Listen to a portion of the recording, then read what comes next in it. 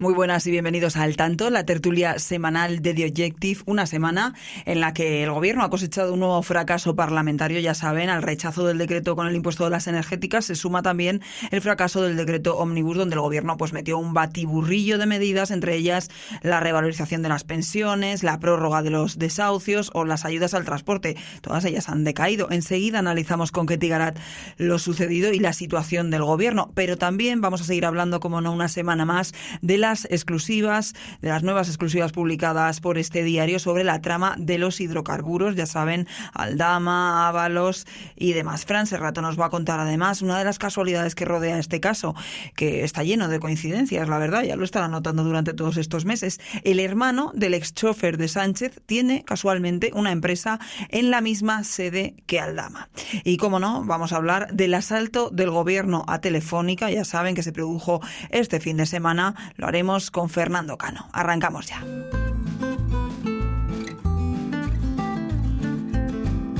Y arrancamos saludando a Ketty Garat. Ketty, ¿qué tal? Muy buenas. ¿Cómo estás, Rocío? Pues muy bien, la verdad que una semana más hablando de todas las tramas de corrupción y toda la trama de hidrocarburos de la que llevamos hablando tanto tiempo. Ahora vamos con ella, porque además en los casos que van sucediendo se van repitiendo siempre los mismos nombres. Pero antes de hablar de esta trama, y también una parte muy relevante en la situación política que ha ocurrido esta semana, y es esa nueva derrota parlamentaria que ha sufrido el Gobierno con su decreto del impuesto a las energéticas, con ese decreto Omnibus en el que metió un batiburrillo de cuestiones, pensiones, desahucios, transportes, un montón de cosas, y que, bueno, pues finalmente no ha salido principalmente por la falta de apoyo de Junts, y preguntarte cómo están los ánimos y si esta falta de apoyo de Junts ya se la toman como que, bueno, pues no iba de farol Puigdemont y los de Puigdemont cuando decían que no iban a seguir tragando.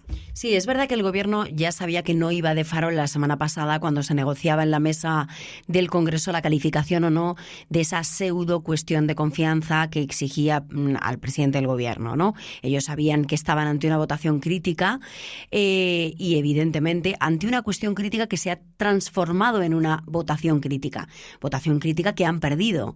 2 de 3 han perdido básicamente los dos decretos. El decreto más importante, que era el Ómnibus, que era ese cajón desastre en el que han incluido usos y costumbres, como suele hacer desde el principio de la legislatura, no, desde finales de la anterior, el Gobierno y los negociadores socialistas. Es más, ha sido una práctica parlamentaria que le han afeado a sus socios desde ese tiempo, desde finales de la anterior legislatura, pero en esta ocasión la crítica ha venido de manera feroz, muy elocuente y muy contundente por parte de Junts, por parte de esos 7 votos que son la llave de la gobernabilidad y de la legislatura. Miriam Nogueras en la tribuna del Congreso le llegó a llamar bulero, fullero, trilero, dijo que esta práctica pirata no la votamos y no la apoyamos.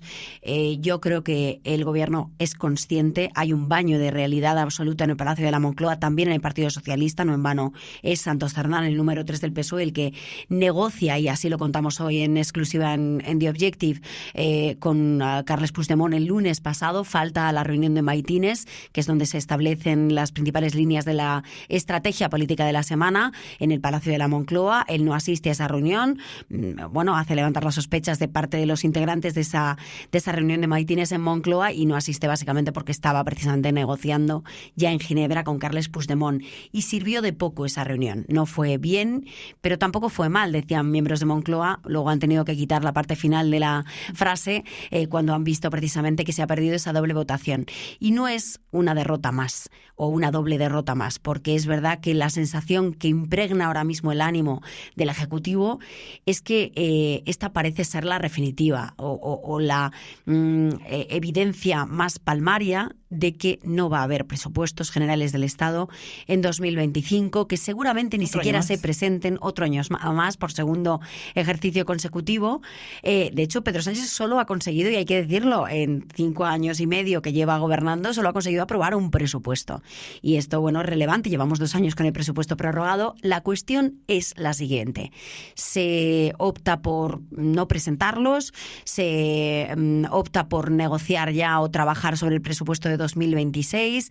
Y la verdad es que aquí la sensación reinante en el gobierno y en el Partido Socialista, tras ese movimiento de encogimiento de hombros, es que no van a presentar presupuestos y que ahora mismo estamos en un momento de encrucijada de la legislatura.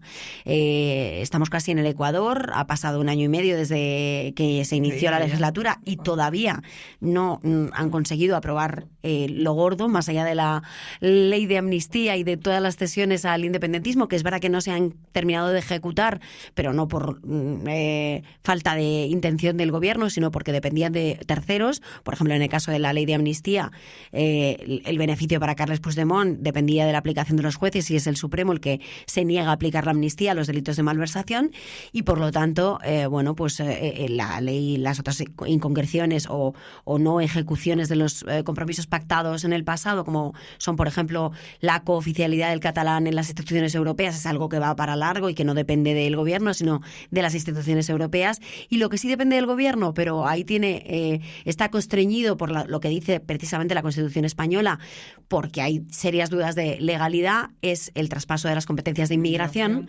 que Marlaska se ha negado en redondo a aplicar de manera integral o a entregar de manera integral a los independentistas. Yo creo que ahora mismo estamos en un momento de encrucijada de la legislatura en el que Pedro Sánchez se está planteando muy seriamente si continuamos para adelante o apretamos el botón nuclear. Y el botón nuclear es el botón de las elecciones. Enrique Morales y yo publicamos el martes, ¿no? Una información sobre las papeletas electorales, es decir, se ha licitado el contrato para la impresión de esas papeletas electorales en un momento bastante extemporáneo, porque quedan efectivamente 2 años y pocos meses para el final de la legislatura, pero a lo mejor no es tan extemporáneo y está más en la mente de Pedro Sánchez que cualquier otro escenario que nos podamos imaginar.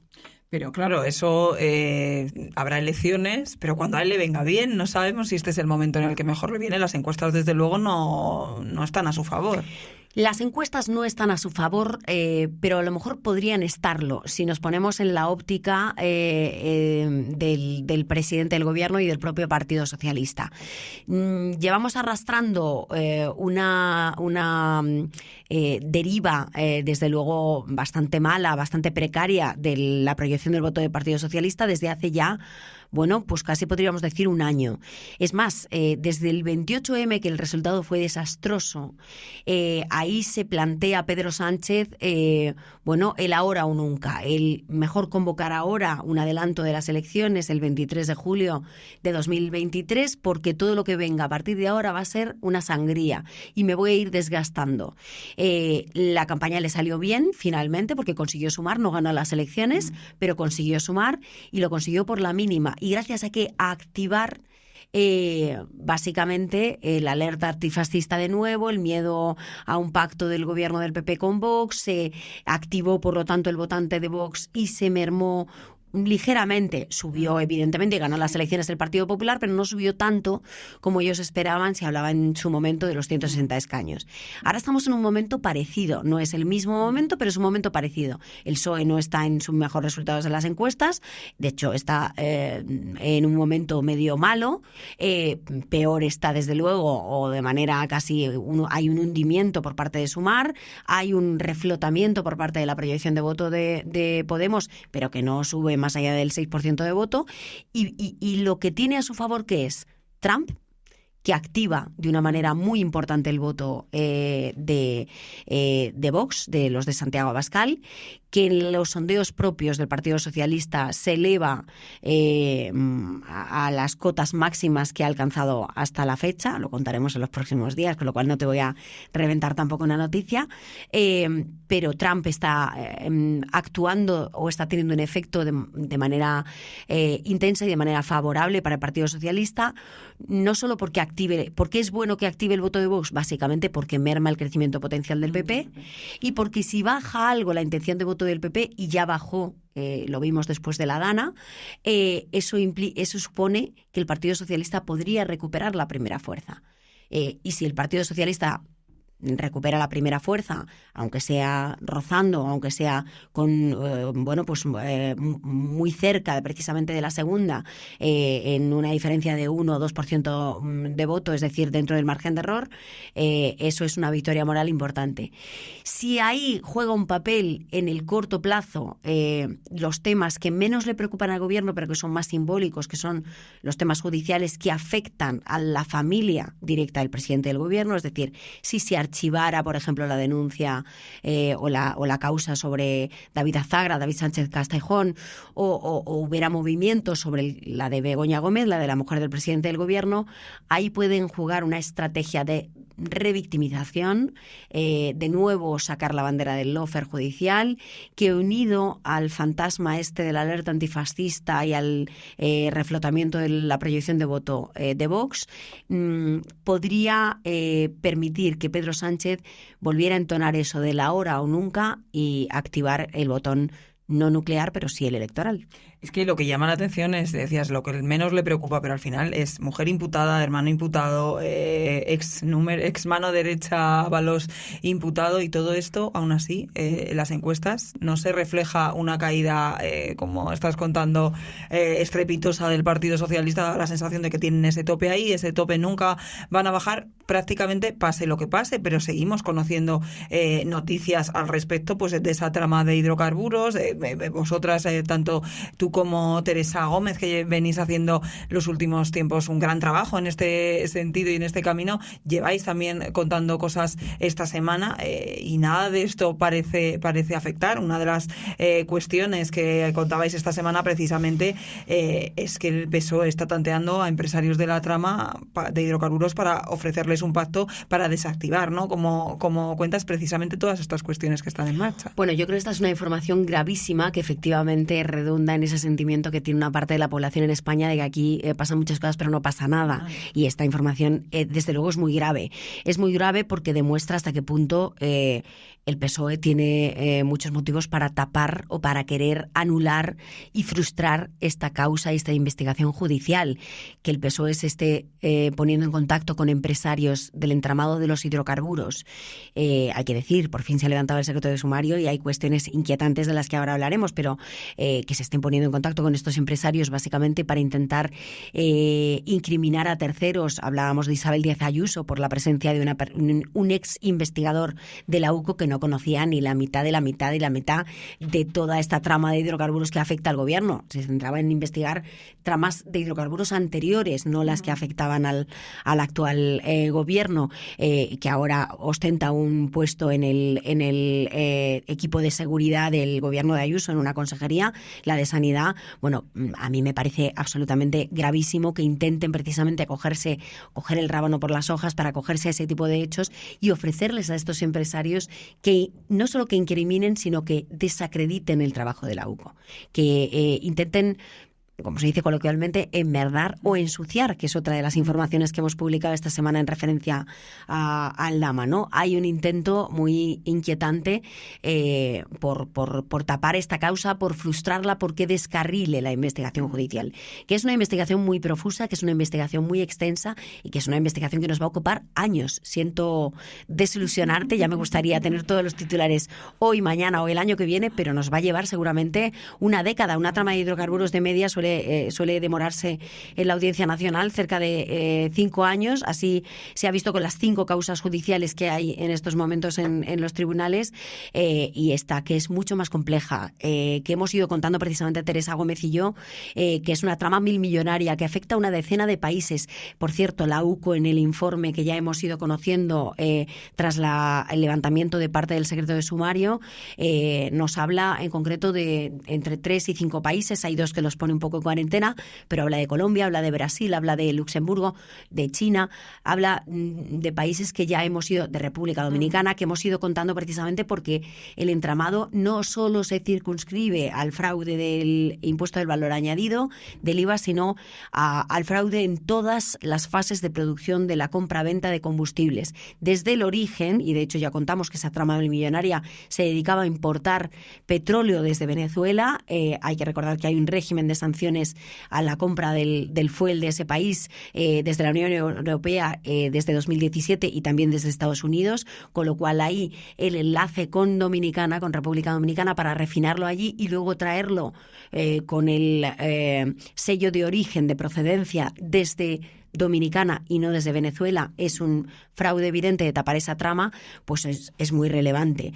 Con lo cual, ya digo, me parece que esos movimientos que nos están contando precisamente los empresarios de este entramado tan complejo, tan profundo, tan amplio por parte del Partido Socialista son desde luego bastante inquietantes y bastante peligrosos. Y por parte del Partido Socialista y por parte de personas, ¿no?, que han sido cercanas, que han estado en esos grupúsculos cercanos al PSOE o por lo menos han tenido una sintonía, ¿no?, con el Partido Socialista. Hablamos, por ejemplo, de Garzón, que estos días también hemos sabido que el juez de la trama de los hidrocarburos ha imputado a la testigo de The Objective, a Carmen Pano, la que declaró pues primero de manera anónima, luego ya con su nombre y con su imagen declaró haber llevado hasta 90.000 euros a la sede de Ferraz, de bolsas de dinero que le daba Aldama para el tema, de todo dentro de esta trama de la que estamos hablando. Pues esta señora ya ha sido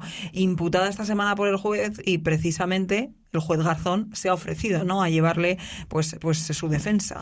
Otro movimiento inquietante, ¿no? O sea, que haya una persona tan afín al actual gobierno como es el ex juez, hay que recordarlo, condenado por prevaricación, sí. El ex juez Baltasar Garzón, pareja precisamente de la ex fiscal general del Estado, hoy fiscal de Sala, Dolores Delgado, y ex ministra de Justicia del gobierno socialista, pues que se ofrece para llevarle la asistencia letrada a través de intermediarios. Ya digo, es inquietante porque lo que nos apuntan las fuentes que hemos consultado es el intento evidente de intentar pues controlar la causa, evitar la fuga de información y sobre todo intentar también desanimar también a los participantes y a los denunciantes de esta causa. Hay que poner en valor también el testimonio de alguien como Carmen Pano, que es una persona que está inmersa precisamente en este entramado, pero que decide denunciar precisamente porque, pues a ella le ha perjudicado precisamente toda su implicación en el entramado y su relación con Aldama, y ella, lo hemos contado aquí muchas veces, ¿no?, adquiere un compromiso con nuestro medio de comunicación, utiliza nuestro medio de comunicación como altavoz precisamente para transmitir esa denuncia. Todo lo que ha publicado en nuestro periódico, lo que ha relatado en nuestro periódico y nosotros hemos publicado, lo ha acreditado documentalmente y relatado también ante los investigadores de la Unidad Central Operativa de la Guardia Civil. Estamos conociendo en el levantamiento de sumario lo que ha ido contando Carmen Pano y se corresponde exactamente puntos y comas con todo lo que nos ha contado a este periódico, con lo cual eso yo creo que en tiempos de mentiras y de posverdad hay que ponerlo en valor, y por lo tanto así se lo va a contar ante el juez cuando sea llamada a declarar el 19 de marzo, que es cuando la ha citado tras esa imputación judicial que le ofrece también algunas garantías procesales que no tiene si hubiera ido solo como testigo. Es lógico procesalmente desde el punto de vista jurídico esa imputación, y ahora pues lo que queda es que, como ha hecho ante la UCO, acredite y relate precisamente los hechos en sede judicial y se vea quién está diciendo la verdad y quién está diciendo la mentira, porque es verdad que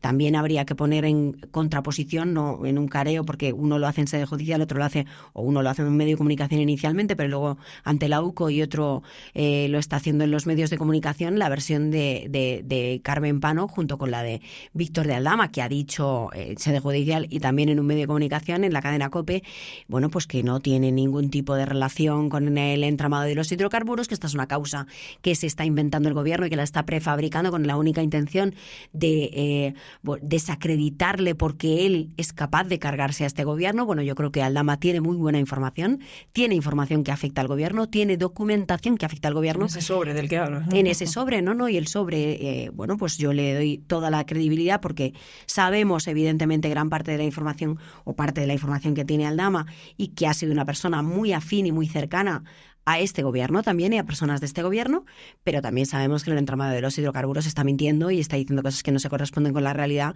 como es, por ejemplo, las empresas que habían obtenido la licencia operadora de hidrocarburos, que no tuviera ningún tipo de relación con Villafuel cuando él era el cabecilla, le llama el codirector la Unidad Central Operativa de la Guardia Civil y, por lo tanto, ya digo, movimientos inquietantes por parte del Partido Socialista, de los satélites del Partido Socialista, y tenemos los movimientos del juez Baltasar Garzón, y movimientos inquietantes también, habría que decirlo, por parte de Aldama, sí. Por lo menos en lo que es el entramado. Estas últimas semanas, estos últimos días se están despistando, ¿no? Sí. Un poco... Sí, hay empresarios de los hidrocarburos que nos están diciendo que es evidente el intento de ensuciar precisamente esta trama, mostrando efectivamente esa cara o ese lado más partidista, casi la figura del Aldama tertuliano, hablando que si este gobierno tiene que caer porque no han llegado las ayudas a la Dana y que tampoco llegaron a La Palma, bueno, que no viene al caso y no tiene ningún interés cuál sea su opinión al respecto. Sí. Lo que interesa es que aporte las pruebas y que desde luego las pruebas vayan por delante del relato, porque si el relato va por delante y además aporta o supedita o subordina su credibilidad a lo que hagan terceros empresarios, que hablan sobre cuentas en el extranjero que todavía no están acreditadas documentalmente o que no están demostradas, yo creo que eso le hace flaco favor a la causa y eso es lo que temen precisamente estos empresarios de los hidrocarburos, que esté habiendo un pacto en la sombra, motivo por el cual todavía no haya querido Aldama aportar o filtrar la información. Llevamos desde diciembre esperando precisamente esas pruebas que no acaban de salir y eso pues también es inquietante. La verdad que hay muchas cosas, hay muchas cuestiones y te seguiremos leyendo porque seguro 10 que... 10 años nos quedan, Rocío, 10 años. Esperemos, 10 años son 2 legislaturas y media. A ver cuántos gobiernos pasan por aquí en 2 legislaturas y media. Ketty, como siempre, muchas gracias. Un placer.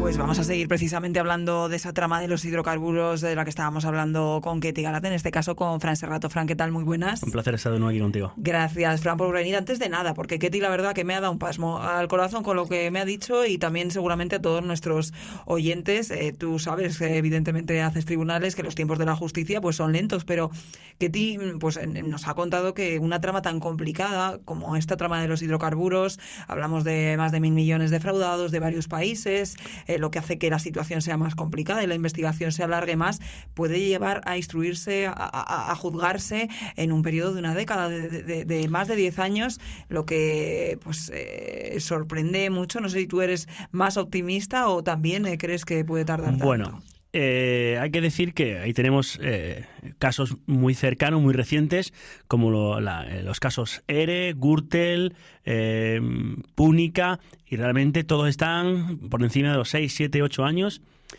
Y por tanto, esta trama de los hidrocarburos en todas nacionales, cuestiones en España. Por tanto, en esta cuestión, la trama de hidrocarburos, que tiene tantas derivadas, puede tardar muchísimo tiempo. No me aventuraría a decir cuánto. Y si es verdad que hay muchos movimientos en el extranjero y que eso no depende siquiera del juez, porque hay que pedir información a través de unas herramientas, de unos procedimientos que se llaman comisiones rogatorias. Y estas comisiones rogatorias primero dependen del Gobierno de España, porque el juez las pide, las tiene que tramitar el Ministerio de Justicia, la número 3 de Justicia, que es precisamente la hermana de Óscar Puente.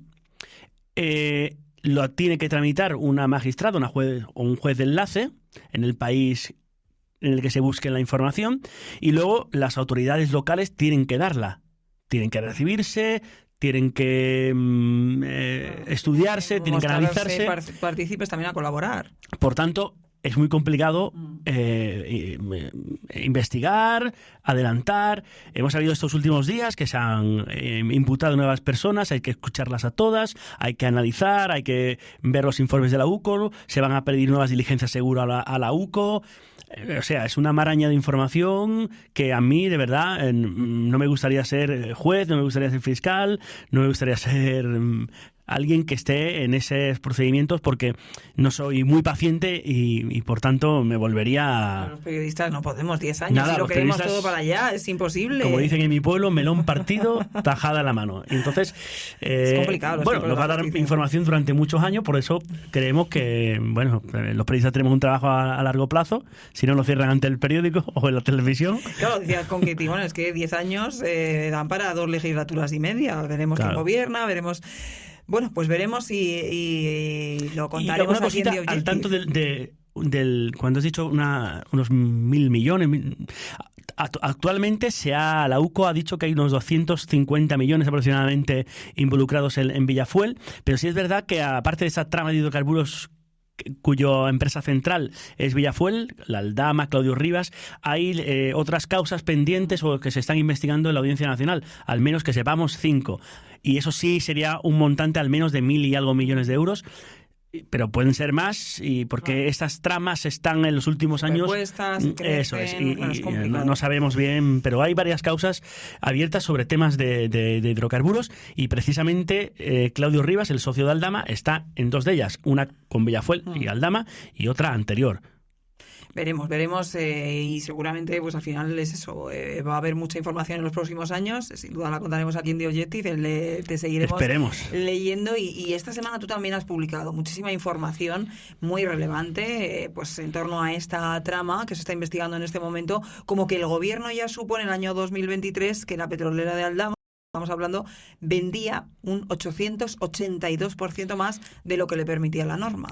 Bueno, hace unos días se levantó el secreto de sumario del caso hidrocarburos y hemos podido ir leyendo los numerosos informes, los numerosos documentos que están alojados en él, y una de las cuestiones muy significativas es que, aparte de que la agencia tributaria veía cuestiones raras en este funcionamiento de Villafuel, precisamente Cores, que digamos que es el organismo dependiente vinculado al Ministerio de Industria, que se encarga de los suministros del petróleo, del gas, y alertó a un alto cargo del Ministerio de Industria de que, bueno, esta empresa Villafuel, entre noviembre del 22, poco después de obtener la licencia, y los primeros meses de 2023, estaba vendiendo mucho más de lo que debería estaba permitido, un 29% más a gasolineras,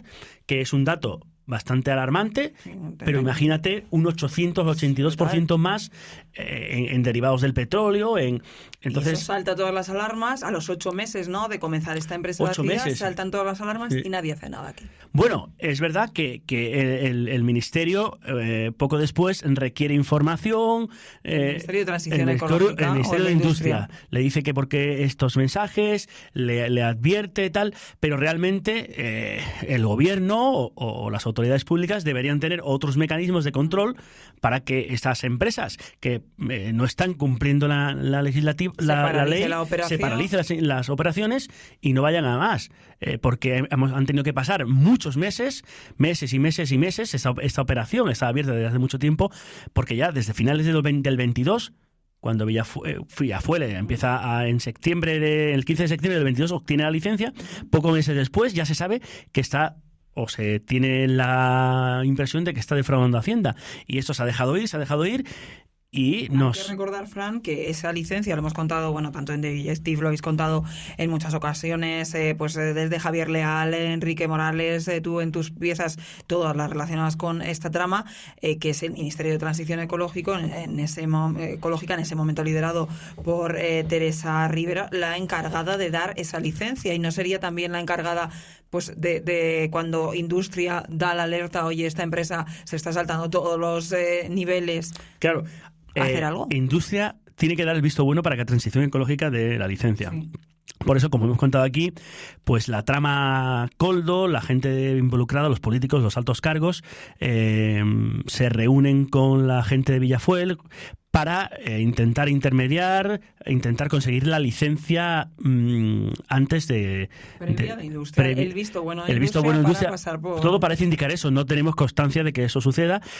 Pero sí es verdad que Ábalos, o a través de Koldo, parece ser, sí consiguieron una serie de reuniones con el jefe de gabinete de la entonces ministra, Vidar. Y eso puede ser que propiciara el funcionamiento, que se diera la licencia como operadora de combustible a Villafuel. Esto puede ser o no puede ser que sucediera así, pero que sí está claro es que esta empresa parece ser que pagaba ciertas mordidas a Ábalos, por ejemplo, el chalet en San Roque, en la Alcaldesa. Entonces, el funcionamiento estaba claro desde principio que estaba siendo anormal, por expresarme con una palabra que no me pueda causar ningún problema judicial luego. Al final, Fran, bueno, pues lo que estás contando y lo que cuentas en esta información es, pues incluso con esos textuales, lo que se está viendo en ese informe de la UCO una vez levantado el secreto de sumario. ¿Qué más cuestiones relevantes tiene ese informe que estás pues ese informe dice algo que ya íbamos avanzando aquí, que este periódico, este diario, ha ido actualizando informaciones. Ha ido por delante, creo yo, de la investigación, porque hemos hablado con una testigo que decía que llevó dinero a Ferraz. Carmen Pano, acabamos de hablar con Ketty Garat sobre ella, precisamente sobre su imputación, también Exactamente. Su imputación y esos manejos del juez Garzón por intentar defenderla, ¿no? Llevar su defensa o alguien cercano para controlar un poco lo que cuente. Creo que hemos ido por delante, hemos contado lo de Pano, el dinero que posiblemente llevó a Ferraz. No quiero decir con esto que el Partido Socialista se pudiera financiar legalmente. A lo mejor era algún listo que había allí y le dijo, oye, tráeme el dinero aquí. Ahí hemos sacado mensajes de Aldama, mensajes de Rivas, hemos dado informaciones muy previas a todo lo que estaba sucediendo y a todo lo que dice el sumario. El sumario ahora nos da la razón. Está corroborando, como ya pasó, además, con los anteriores sumarios, según se han ido levantando los secretos. Por ejemplo, con el caso sumario, Koldo. Con el caso Koldo. Recuerdo que nosotros en febrero del 23, es que ya no sé ni del 24, en febrero del 24, ¿no? Sí. Ya no sé ni en qué año vivo. Sí.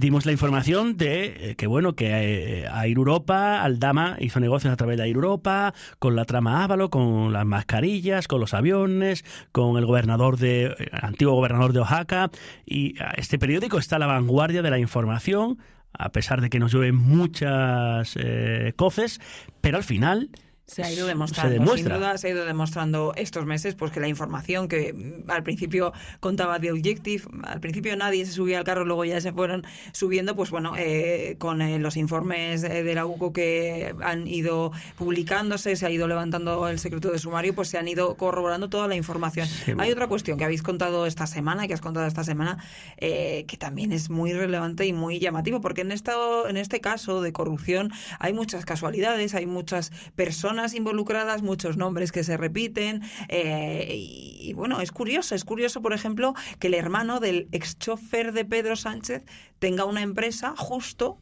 en la misma sede que Aldama.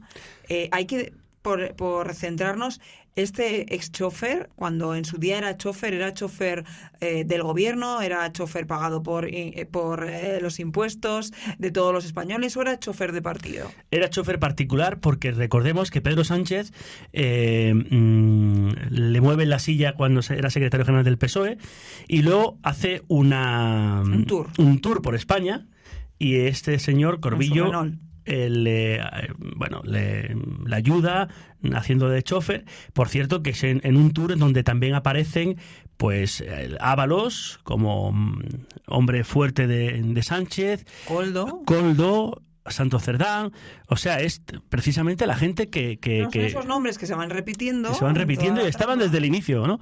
Esto no quiere decir que nadie haya hecho nada ilegal. Pero sí es verdad que Corbillo estaba ya cerca de Sánchez. Corbillo intentó ser el candidato del PSOE en su municipio, en Peñarroya, en Córdoba, y la dirección local y la dirección provincial dijo, no, este hombre no puede ser, tal. Y es su hermano el que aparece en los sumarios, tanto del caso Koldo como del caso de hidrocarburos, porque al parecer podría ser una persona muy cercana a Aldama. Hay una empresa, una inmobiliaria, Real Pilot Estate, que es que hemos dado también una información al respecto Enrique Morales y yo, donde cuando pocos días antes de que detengan a Aldama en febrero del 24 por el caso Ábalos, se lleva esta inmobiliaria al pueblo de los hermanos Corbillo, de Rubén y de no recuerdo el otro. Sí, César Moreno. No. Bueno, César Moreno es el socio de Aldama, estos de los que operan en República Dominicana, el que nosotros hemos dado aquí, que eran los de Prenalab, los que hacían el negocio en Dominicana, los que presuntamente lavaban el dinero que ganaba la trama en España, vía Dominicana, lo llevaban a Miami. Recordemos que César Moreno y otros cuantos socios de Aldama, los conocidos como mosqueteros, eran los que quedaban o decían que iba a ir el hermano de Koldo a Dominicana. Y precisamente con uno de esos mosqueteros, el hermano del antiguo chofer personal particular de Pedro Sánchez, tenía una empresa como administradores solidarios, una empresa en la que los dos eran administradores solidarios, y estaba ubicada en la misma edificio, en la misma planta y en el mismo lugar que una empresa de Aldama. Curiosamente, porque todos son curiosidades, entonces este tema lo vamos a dejar aquí. Ya los oyentes y los lectores se han hecho y llevan muchos meses haciéndose su composición en la cabeza con todas las cosas y todas las casualidades que les estamos contando. Y vamos a cambiar de asunto antes de despedirte, ya que te tengo aquí. Aprovecho porque también ha habido novedades que has contado en otro caso muy destacado, que es el caso del fiscal García Ortiz, ese caso de la filtración de los datos personales, de los datos con Hacienda y de la situación que tenía en la pareja de la presidenta de la Comunidad de Madrid, porque los fiscales de este caso temen que el ministro Bolaños pare la petición de los datos de su móvil. Cuéntanos. Sí, bueno, esto vamos a ver si puedo explicarlo con pedagogía, porque es complejo el asunto. El fiscal general borra, se supone, datos de su teléfono móvil, de donde parece ser, o la acusación dice que salen la filtración de datos reservados del novio de la presidenta madrileña.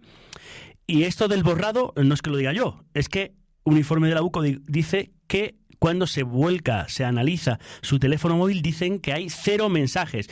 Sin embargo, cuando han analizado otro teléfono móvil de una subordinada de la fiscal jefe de Madrid, de Pilar Rodríguez, aparecen mensajes entre ellos. Por tanto, o bien en esas fechas se ha borrado los mensajes, o bien se ha cambiado de móvil y no están los mensajes donde tienen que estar. Entonces, el juez inicia una serie de diligencias, una serie de operaciones, da unos mandatos a la Guardia Civil, a la UCA, a la unidad concreta, para que hagan volcados y hagan sus averiguaciones. Una de las averiguaciones, una de las diligencias que pide el juez es saber si hay copias de seguridad y saber si se han almacenado las informaciones, los mensajes en WhatsApp, en Google, y pide comisiones rogatorias, o sea, un permiso especial para que las sedes de WhatsApp y Google que estas están compañías, ¿no?, en Irlanda nos den la información o den la información al juez. Sin embargo, lo que dicen estos fiscales, que son acusación popular en el caso, APIF, Asociación Profesional Independiente de Fiscales, que es muy crítica con García Ortiz, dicen que pedir esta información al extranjero puede ser un problema. Primero, porque puede tardar mucho tiempo, y segundo, porque es una operación que no solo depende de estas empresas en el extranjero. Hay sedes españolas, se les puede pedir a ellas, porque para pedirlo al extranjero, a las sedes de WhatsApp y de Google, es necesario que pase por el Ministerio de Justicia, que es de quien depende tramitar las comisiones rogatorias. Y además de eso, de una juez de enlace, que es la que hace la operación, que precisamente es la hija del presidente del Tribunal Constitucional, de Cándido Conde Pumpido. Por tanto, los fiscales temen que esas comisiones rogatorias no se tramiten, No se guarden en un lleguen, se cajón, ralenticen. no lleguen, se ralentice. ¿Otra casualidad? Bueno, yo no quiero pensar mal, yo que tengo una magnífica opinión del ministro Bolaños, tengo magnífica opinión de Conde Pumpido, de su hija, pero parece hasta cierta lógica la petición que hacen los fiscales. Si hay unas sedes de estas compañías en España, pues vamos a tramitarlo a través de esas sedes. Sin necesidad de pasar por los filtros de Bolaños porque se puede y de politizar. la hija de Conde Pumpido.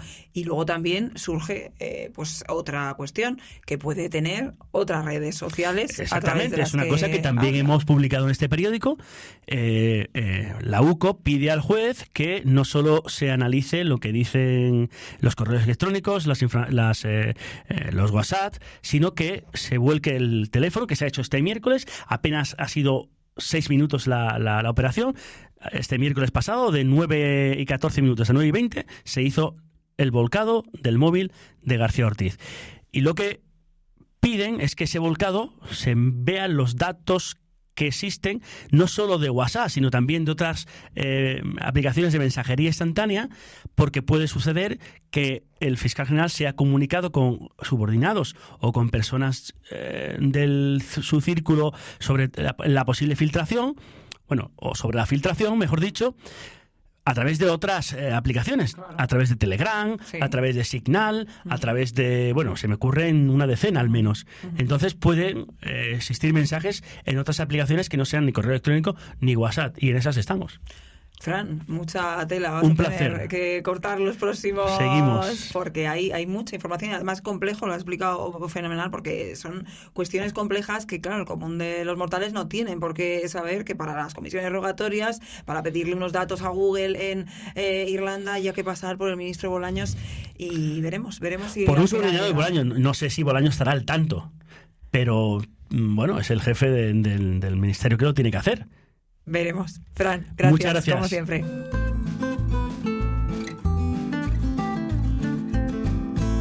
Pues vamos ya a abrir página económica, que bueno, a ver, no es solo económica, porque es económica, política, con muchos matices.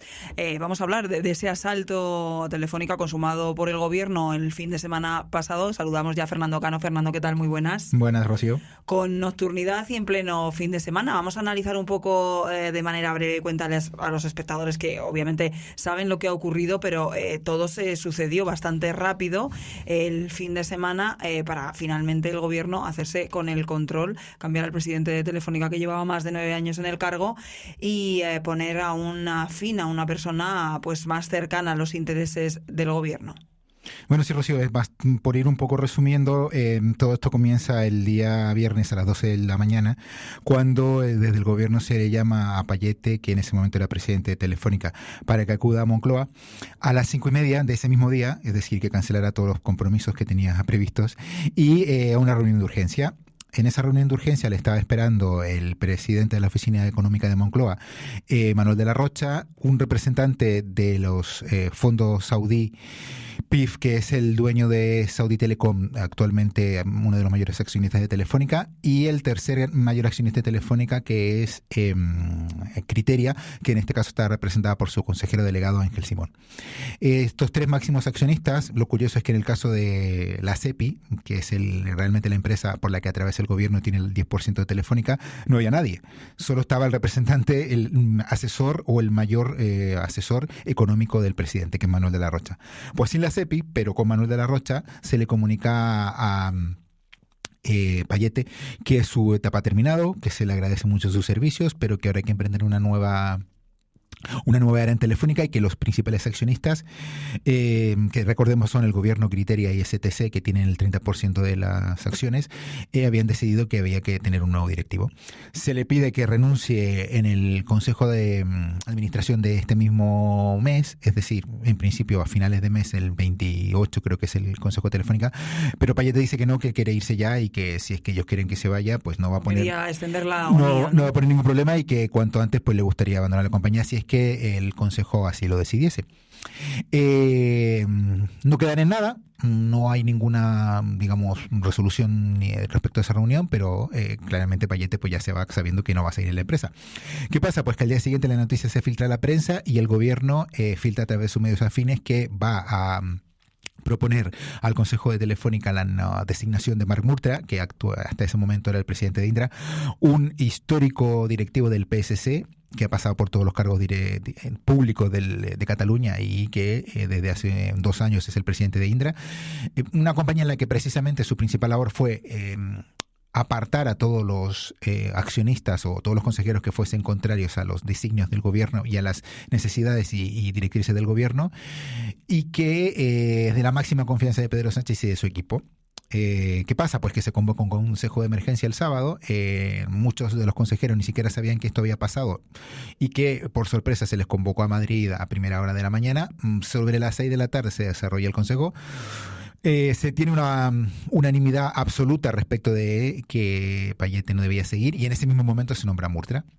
Claro, decimos que es página económica por todo lo que has contado, porque al final, bueno, estamos hablando de una de las principales empresas de este país, una empresa que, bueno, era estatal, que fue liberalizada, que ahora vuelve a estar, prácticamente con una parte importante perteneciente al gobierno, pero claro, es una cuestión que tiene también muchas aristas, porque, claro, como tú has contado, Fernando, no es casualidad, ¿no?, que todo se acelerase tan rápido este fin de semana, que el gobierno forzase ese cambio en la cúpula de Telefónica tan solo 72 horas antes de que un representante de la operadora tuviese que declarar como testigo en un caso que afecta a la esposa del presidente. Bueno, realmente eso es uno de los motivos. Hay muchísimos motivos y, a ver, es evidente que desde que el gobierno llegó a tomar el primer control accionario de Telefónica en mayo del año pasado, pues el objetivo del gobierno era tener mando en la compañía. No, el gobierno no entra con un depósito de Telefónica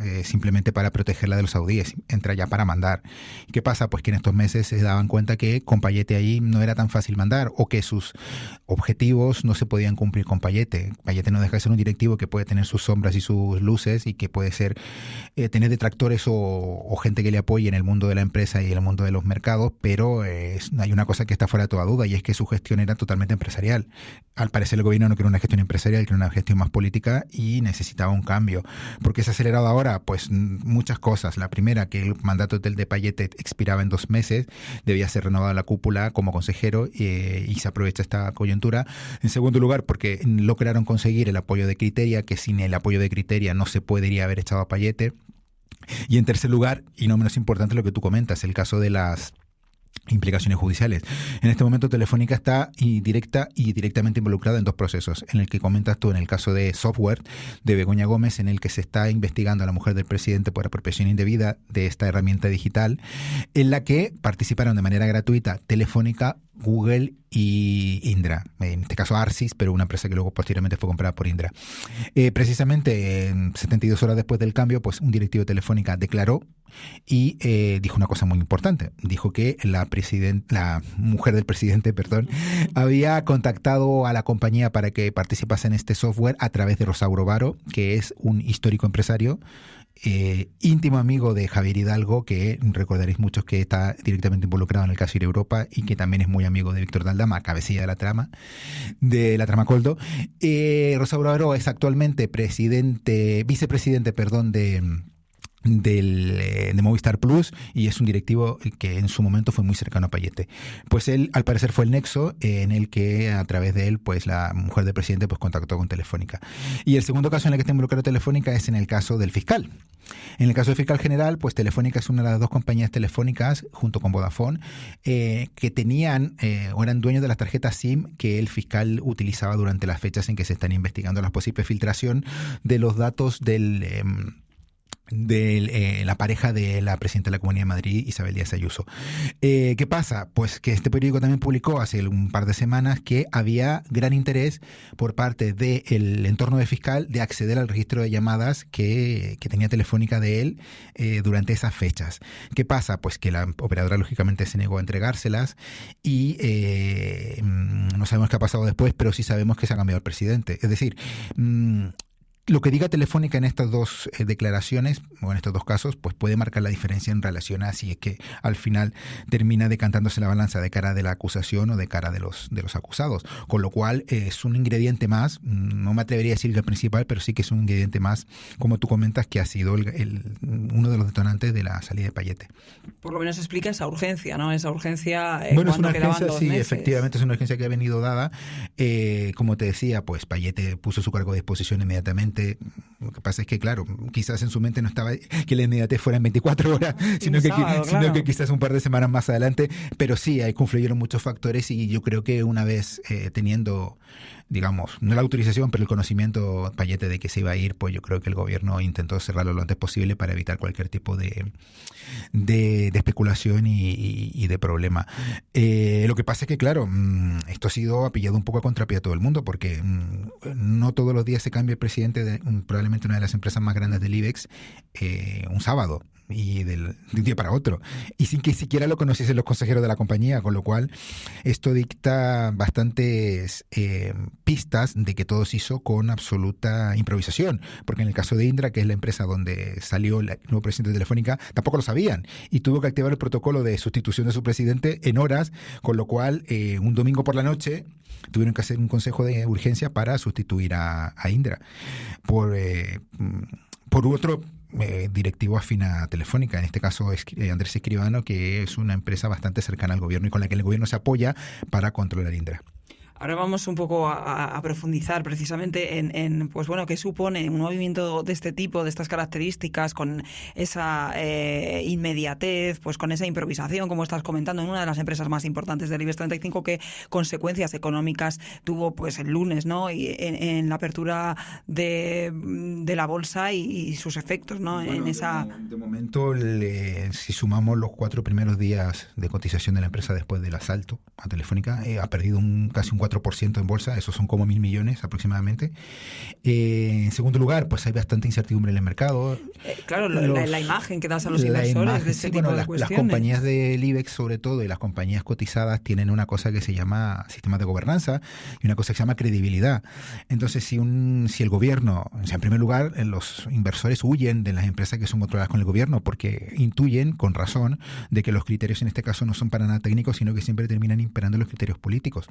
Entonces, claro, ha habido una suerte de pavor respecto a lo que puede pasar con Telefónica. Sería muy torpe Mark Murtra si evidenciara de manera patente las injerencias del gobierno. Yo creo que estas injerencias evidentemente van a existir y serán muy, muy claras en el futuro, en el medio y largo plazo de Telefónica. Pero creo que van a ser de una manera bastante sutil para no despertar sospecha en el mercado. Como te decía, la gobernanza de una empresa es clave para la credibilidad de las acciones. Telefónica, lamentablemente, y una de las cosas por las que ha empezado a deslizar el gobierno, que se ha tenido que salir Payete, es que la acción lleva mucho tiempo estancada o cayendo, lo cual es cierto. Pero creo que no ayuda el hecho de que el gobierno tome la empresa de las maneras en que lo ha hecho. Eso, como se ha demostrado, ha bajado la acción. No sabemos qué va a pasar en el futuro en la acción, pero sí que sabemos que hay análisis de bancos de inversión, de analistas que han dicho claramente ya que esto es preocupante y que no son las maneras para hacerlo, porque tú puedes intentar controlar una empresa una empresa privada, pero también tienes que tomar las formas de hacerlo. Se puede hacer como dices tú, que se ha hecho un sábado de manera atropellada, sin que lo supieran los consejeros y sin que el mercado tuviese ningún conocimiento. Los procesos de cambio de estos grandes directivos son procesos que se toman con tiempo, que se elaboran generalmente planes de sucesión o de pasar el testigo, porque yo no sé exactamente si Payete ha vuelto a su despacho, probablemente no, desde que salió el viernes, cuando se fue a Moncloa. Entiendo yo que se ha ido de... Son unas formas que en una empresa del IBEX 35... Exacto, pues... si se ha ido el viernes a las 5:30 a Moncloa, en Moncloa le han dicho que se tienen que ir. Yo dudo que haya vuelto a las oficinas de Telefónica, y si lo ha hecho habrá sido para buscar sus efectos personales. Pero claro, esto no es así. Esto en una empresa cotizada lo que tienes que hacer es decidir efectivamente si es que vas a cambiar a alguien, y si lo vas a hacer, pues tomarte un tiempo para que le pase el testigo y que le cuente un poco cómo va la cosa, porque Mark Murtra, una de las características que tiene es... además de ser una persona muy cercana al gobierno, es que no tiene experiencia en el mundo de las telecomunicaciones, lo cual no ayuda tampoco, porque estamos hablando de una empresa que es la empresa digital más importante de España, una empresa estratégica y que el gobierno la definió como estratégica por sus infraestructuras digitales, pero también por el know-how tecnológico, por sus contratos con defensa y sobre todo por el peso que tiene en todo el ecosistema digital español, no puede tener un cambio de presidente de la manera que se ha hecho, y menos además con una persona que llega, digamos, a enterarse un poco de qué va el mundo de las telecomunicaciones. O sea, yo no dudo que él pueda ser un buen gestor. Absolutamente todo el mundo merece empezar con el beneficio de la duda y de un voto de confianza. Pero evidentemente no es un experto. Si tú me dices que es un experto, pues a lo mejor tiene sentido o puede ser hasta justificable que entre de manera tan abrupta. Pero si no lo es, lo lógico es que tenga un periodo de transición en el cual pues él vaya haciéndose con la rienda de la empresa, siempre en colaboración con el directivo saliente. Precisamente, hablabas de empresa estratégica. Es que, bueno, todo esto hay que remontarse a la SEPI cuando el gobierno, completó esa adquisición, ¿no? En mayo del año pasado, del 10% en el capital de Telefónica, pues según indicaron en ese momento, como movimiento defensivo por los intereses, por proteger los intereses españoles ante la entrada o después de la entrada de Saudi Telecom, que también está pendiente de que incremente un poco más, ¿no? su participación en la compañía. ¿Esto en qué queda y cuáles son los plazos? Bueno, en términos resumidos, para no extendernos demasiado, en septiembre del año 2023, Saudi Telecom anuncia de manera abrupta que va a entrar en Telefónica con un 10%, con la salvedad de que solamente podía ejecutar un 5% de estas acciones, porque el otro 5% quedaba pendiente de la autorización del Consejo de Ministros, porque la Ley de Inversiones Extranjeras dice, y en este caso fue la primera vez que se aplicó esta norma, que se aprobó meses antes, 2 meses antes en concreto, te obligaba a pasar por esta autorización si es que estabas intentando entrar en una empresa relacionada con contratos de la defensa. ¿Qué pasa? Pues que esa autorización Saudi Telecom tardó más de un año, 14 meses en pedirla, y cuando la pidió, pues tardan otros 4 meses en dársela. Finalmente se la dieron en noviembre del año pasado. Pero, ¿qué pasa? Pues que todavía necesita una autorización más de las autoridades bursátiles o reguladoras de Luxemburgo, que es de donde la empresa ha cifrado su sociedad con la cual ha comprado las acciones de Telefónica. Esto no deja de ser un trámite burocrático, pero demuestra también, en relación con lo que hablamos anteriormente, las prisas con las que se hizo todo. Lo normal, y en Telefónica esperaban que cuando Saudi Telecom pudiese hacer el canje de estas acciones, cosa que no debería tardar más de 1 mes o 2 meses como mucho, poner en marcha un cambio profundo en el Consejo de Administración. Pero ¿qué pasa? Pues que el gobierno se ha adelantado incluso a eso, ni siquiera ha esperado a que Saudi Telecom entre con el 10%, y ha hecho el cambio igual. Que dentro de todo, realmente esto para efectos prácticos no tiene mucha implicación, porque Saudi Telecom y el gobierno, según las informaciones que tenemos en The Objective, tienen un pacto de control de Telefónica desde hace muchísimos meses. Incluso hay quienes creen que ya lo tenían cuando Saudi Telecom entró en septiembre, es decir, que el gobierno... El único que no lo sabía era Payete, vamos. Probablemente. Entonces el gobierno lo sabía. Como muestra o como una prueba de ello son las excelentes relaciones que hay entre el gobierno español y el gobierno saudí. Hay muchísimas inversiones del gobierno saudí en España y muchísimos contratos del gobierno de empresas españolas en Arabia Saudí. Desde los tiempos del emérito se remontan estas buenas relaciones, pero que se han mantenido tanto con gobiernos del PP como gobiernos del PSOE. Con lo cual es absolutamente imposible pensar que el reino saudí no haya avisado al gobierno español en septiembre de 2023 que iba a entrar como accionista mayoritario de la gran empresa de telecomunicaciones española. Con lo cual, pues esto al final ha sido un juego de dos casi desde el principio. Lo hemos visto casi al final de la jugada, pero realmente Saudi Telecom siempre ha estado en contacto con el gobierno, y esas declaraciones del gobierno de hace 2 años, en ese momento vicepresidenta Calviño, diciendo que íbamos a proteger los intereses estratégicos, no era más que una excusa, en mi opinión, y en opinión de mucha gente con la que hemos hablado, para que el gobierno entrara en Telefónica. Entonces, una vez que se consolida esta entrada en Telefónica, el gobierno logra su objetivo, pues Payete sobraba. Es que en toda esta operación es una especie al final de juego de ajedrez y de muchas componentes. Un juego de tronos, me atrevería a decir. Un juego de tronos, más bien, sí, porque bueno, luego está lo que comentabas, el caso de convencer a Criteria, y ahí cuenta mucho también esa conexión catalana, ¿no?, que condujo a Sánchez en ese asalto final a Telefónica, el trabajo subterráneo del que hablas, del PSC, para poder convencer a Criteria, que es el otro gran accionista. Bueno, Criteria también hay que recordar que cuando el gobierno compró su 10%, y después de que Saudi Telecom anunciara que quería comprar el 10% y se quedara con el 5%, Criteria subió su porcentaje accionario desde el 5 al 10%, es decir, se equiparó a los tres. Los tres, digamos, dos estados y Criteria. Que entre los tres ya tienen el 30% de Telefónica. Hay gente que dice que tienen más, oculto por ahí, pero bueno, eso no está confirmado ni está comunicado a la CNMV, que es donde realmente está la información oficial. Pero el caso es que sí, como tú comentas, en un principio, pues, y yo creo que todavía, Criteria recela mucho de la entrada de Saudi Telecom y recela aún más de la entrada del gobierno. Pero pues se ha generado un pacto a través de la vía catalana, hay una muy buena relación de Salvador Illa con Criteria, eso es una cosa absolutamente confirmada. De hecho, Criteria es una de las compañías que aplauden y aplaudirán la llegada del PSC a la Generalitat, no porque sean socialistas en absoluto ni porque tengan ninguna afiliación política, pero sino simplemente por un tema de estabilidad institucional. Criteria, y lo hemos confirmado esta semana con la llegada con la vuelta de Banco Sabadell a Cataluña después de 7 años tras el proceso, de que hay un clima de normalidad institucional que está llevando a las empresas a replantearse su posición. Hace 2 o 3 meses, incluso cuando gobernaba los últimos meses de RC en el gobierno de la Generalitat, pues en absoluto había ningún interés por hacerlo porque todavía se consideraba que el miedo al independentismo podía generar perjuicio económico y perjuicio institucional. Pero con la llegada de Illa y con lo que ha hecho Illa en estos meses, cosas tan simples como recibir al rey, como acudir a la conferencia, la normalidad institucional, acudir a la conferencia de presidentes, recibir al presidente de gobierno, reunirse con el resto, venir a Fitur, lo vimos hace pocos días.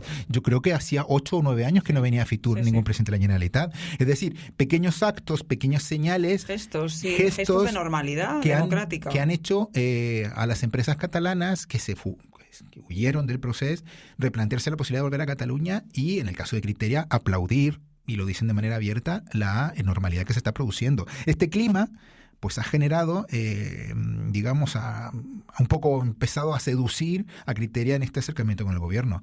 ¿Qué pasará en el futuro? No lo sabemos. De momento han dado su visto bueno para la salida de Payete.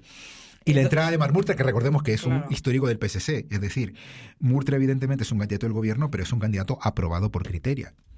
Si Criteria no hubiese querido, hubiesen tenido que buscarse otra solución. Con lo cual, pues ahora qué pasará en el futuro en otras alianzas. Recordemos que Criteria es el mayor inversor en bolsa español de nacionalidad española. Primero está BlackRock, luego está Criteria y luego está el gobierno. Entre los tres tienen gran cantidad de empresas. Y de hecho Criteria ha empezado un fuerte plan de expansión en los últimos 12 meses con intereses en muchas compañías, en Colonial, en Naturgy, en ACS. Y en Telefónica, por supuesto. Con lo cual, si es que esta buena voluntad que se ha pactado para la salida de Payete se mantiene en otros ámbitos, pues pueden pasar muchas cosas en la economía española y en las empresas, sobre todo. 2 cuestiones muy breves que nos quedamos, Fernando, sin tiempo. ¿Qué pasará en el futuro con Telefónica? Lo estamos contando, no sabemos, pero se habla mucho de esa unión con Indra y ese campeón, ¿no? Crear un campeón nacional. Y luego, por otro lado, después de este asalto, el presidente del gobierno ha tenido lugar, ha podido reunirse con algunos representantes del IBEX 35 en el Foro Davos. Ha sido una reunión breve, una imagen, un pequeño encuentro. Cuéntanos. En un sitio más pequeño que en el que estamos ahora. Sí. No sé cómo entró tanta gente. No es tan, por lo menos hay un poco más luz que el año pasado, quiero decir. La foto del año pasado que bueno, era oscura, por ir cerrando. En el caso de lo que tú comentas de la gran empresa tecnológica española que planea el gobierno, esto lo comentamos en The Objective hace meses. Luego algún periódico de gran tirada se ha sumado al carro, vendiéndolo como su propia exclusiva, pero bueno, con deportividad lo aceptamos y nos encanta que nos lean. Pero sí, la verdad es que se planea desde hace un tiempo un gran campeón tecnológico con Indra, con Hispasat y con muchas empresas anexas desde el punto de vista ya más de startups. Y claro, pues no está claro que Payete le sentará demasiado bien esa opción. Se ha especulado durante muchos meses de que Telefónica compraría una parte de Indra y viceversa, o que compraría una parte de digamos, la división tecnológica de Indra para unirla en su división, que la verdad es que desde el punto de vista estratégico encaja mucho mejor en Telefónica que en Indra, para que Indra se centre solo en defensa. Pero lo cierto es que sí, que hay un plan en el gobierno y una carpeta que dice que se puede crear un gran campeón tecnológico europeo que compita con los grandes del continente y del mundo, si me apuras, pero para ello es fundamental que se genere sinergia entre las dos compañías. Y evidentemente, si es que hemos sacado al presidente de una para meterlo en la otra, pues es que ese plan ahora pues irá sobre ruedas. No sé en qué plazos, pero desde luego ya se está trabajando en ello. Además, Telefónica, y eso lo contaremos también en The Objective, tiene mucha liquidez, con lo cual el dinero ya no tendrá que salir de la SEPI, ya saldrá de Telefónica. Fernando, son muchas cosas, seguramente. Y lo de Davos, sí, es muy breve. La reunión, pues evidentemente se produce en un momento en que han pasado pocos días desde que se produjo la salida de Payete. Un dato muy importante, Payete era el principal promotor de las reuniones de Davos con Pedro Sánchez y muchas veces era él el que jaleaba al resto de sus compañeros para que llevaran. Pues y desde luego este año fue el gran ausente. Por poco. Además se le había invitado. O sea, fue invitado hace 2 semanas para que fuera. Eso da la imagen de cómo ha sido todo y cómo Pero bueno, se han acelerado a mí me los preocupa más acontecimientos. que le hayan invitado sabiendo que le iban a despedir. Eso ya sería más triste. La verdad que lo que sí que parece es que el pobre Payete, como en muchas cuestiones a veces en la vida, ha sido el último en enterarse de lo que estaba ocurriendo a su alrededor. Veremos y leeremos todo lo que tengas que contar sobre este asunto, porque sin duda, Fernando, creo que va a traer mucha cola. Muchas gracias, y gracias también a ustedes por escucharnos una semana más. Han visto, hay muchos nombres relacionados en lo que nos ha contado Ketty, lo que hemos estado hablando con Fran, lo que estamos hablando con Fernando. Hay muchas personas y nombres que se relacionan en todos los casos que contamos, y ya saben, pueden encontrarnos en nuestras redes sociales, en nuestro periódico digital, obviamente, www.theobjective.com, y en su plataforma favorita de podcast. Un abrazo.